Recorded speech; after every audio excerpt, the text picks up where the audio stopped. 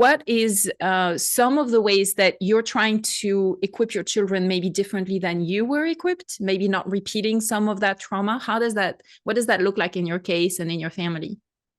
Yeah, I make a big effort at that. I don't always get it right, but my goal is to teach them the things None of that I us wish. do. None of us ever do. No. So my goal is like, and I say this to clients all the time, like teach your kids a thing you wish someone would have taught you.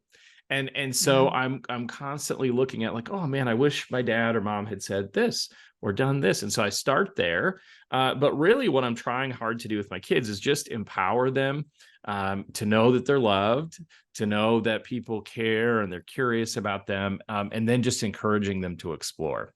And so that's really been for me something that is really important, is that we explore a lot together. And so we'll take trips and try to learn new things, because I just want them to have a heart for growth and curiosity, because I think that'll serve them their whole life.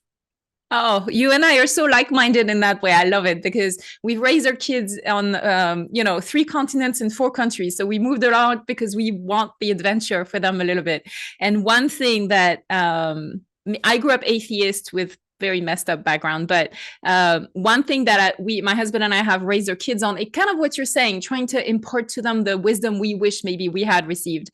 There's one thing we said, it's turned into like, we have Gospel Spice merch that says it's there's nothing you can do for God to love you more. Mm, And there's nothing you can do for God to love you less. You I love can't that. mess it up. Like you can't earn his love, but you can't lose it either. And so that is a place of safety. And on a good day, I want to say like, that's how we felt about our kids. My husband would always joke, like, I don't always feel this depth of unconditional love for my own children. I'm like, I feel you, but however, God does. And we're trying to grow in that, right? So, but to even as we were trying to raise our kids with that sentence, like they would tell you, like, yes, mom and dad would always say that. It's with something we were trying to learn for ourselves too. So again, as you're being vulnerable, as you are looking to be a safe person for someone else, you are also receiving the same. It's really is a give and take thing. I love that.